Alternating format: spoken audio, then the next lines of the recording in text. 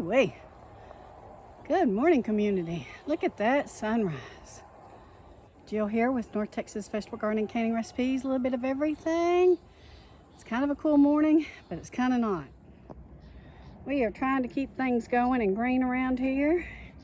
Our pumpkins are doing pretty good. We harvested 4 already. We have some over here that looks like they're getting close to being ready. We have some all throughout these plants out here. Now, we're not necessarily growing them to sell or anything. We're growing them to kind of strengthen the soil out here.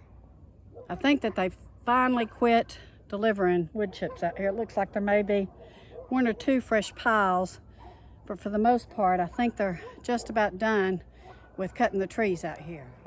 We're trying to keep things greened up around here because we've not had rain in a while. We have a chance of it probably Monday, I believe. Maybe a little bit today, but it's all missing us. So I'm out here with the sprinkler watering everything down because we are now under a burn ban. Speaking of fire, there's a fire over there and they're not supposed to be burning. Looks like it's coming from a house. We've had a little bit of a dilemma for the last 4 weeks. So they graded our road to get it resurfaced about 4 weeks ago. So it's been that fine caliche dust, and we've been so dry that it is blowing and coating everything. And you can see on the grass. So guys, this can be very dangerous to your trees and your plants. And so they started yesterday putting some kind of stabilizer on it. I'm hoping that they finish it sometime in the next week because it has really caused us some respiratory and just sinus issues because that dust is terrible. It's coated my pear tree, so I was out here this morning with the water hose, and you can hear my sinuses hosing them down so that they can breathe. And some of our crepe myrtles have been struggling because they're right by the road and that dust is just caking on everything and really giving us a run for our money trying to keep it under control. So this is coming up in my carrot bed. I don't even know what this stuff is, but it really started taking off, and so I'm gonna try to get in here and get some of this pulled out.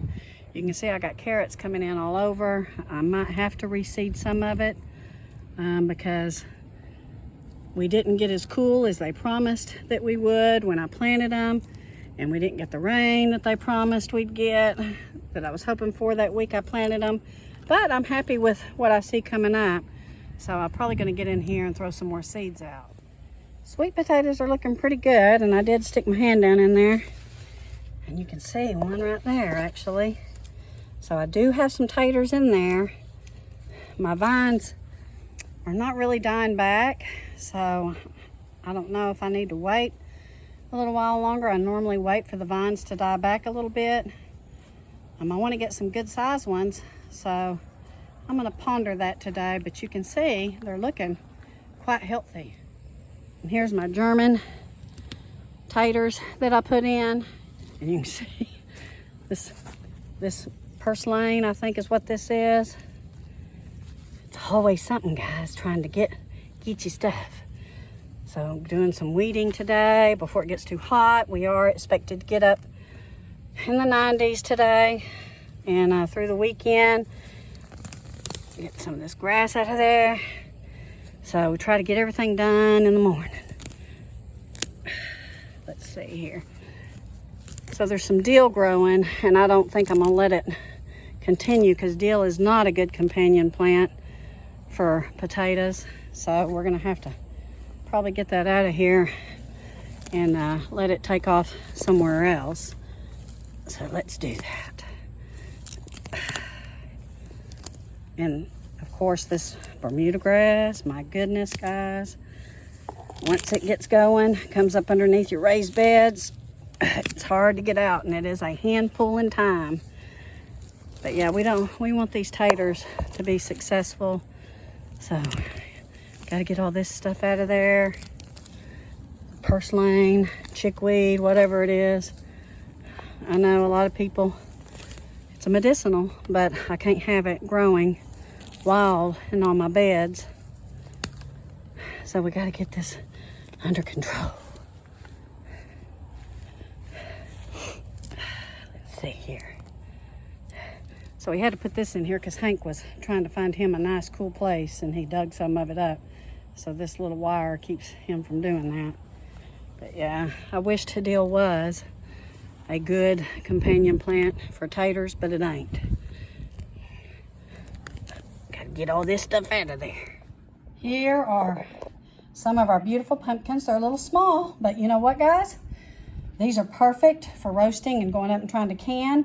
And getting the seeds out. Seeds are full of zinc, potassium, really healthy, and even protein. So if you're gonna have some pumpkins this year at carve, be sure and save those seeds. I love watching that green grass get watered because we want to keep it green as long as we can. Oh, several weeks ago, I clipped some of my sweet potato leaves and let them root in a jar and water, and let me show you what I'm going to do. I have a tub here in the little greenhouse that I'm going to pop these in because I think I can keep them alive over the winter. So what will happen is these will start to root. They'll go pretty deep in this bucket.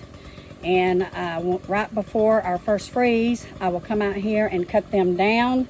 And then the roots that are in the bucket will come back up. And then in the spring, in the early spring, I'll start to see these break ground again. And I will have my sweet potato slips for the spring. Now, right before I harvest these, I'll clip some off of here and I'll do the very same thing. I'll root them in some water and I'll put them somewhere else in one of the high tunnels to try to get me a good early start for my sweet potatoes next year. Now, if you have a pot in your house, you want to do that very same thing. If you feel like you can put them in a sunny location and keep them alive over the winter, then you will have you some sweet potato slips to plant depending on where you're at. I'll probably plant mine March or April. It depends on our weather because they're talking about us having a change this coming winter, especially in January. This beautiful plant is full of cayenne pepper. So my friends, that is the wrap for today. Wanted to give you guys an update, let you know that we're still hot here in Texas. Nights are pretty nice, mornings are nice. We hope to see a change next week. And what will this winter bring us? We're seeing all kinds of things saying that we may be getting a lot of snow come January and February because some kind of pattern that they saw in 2013 and 2014 and then in 2021 seems to be repeating itself with ocean temperatures. I guess we will see, and we will prepare as best as we can. Thank you for watching. We love you all. Stay tuned, and we'll be in touch.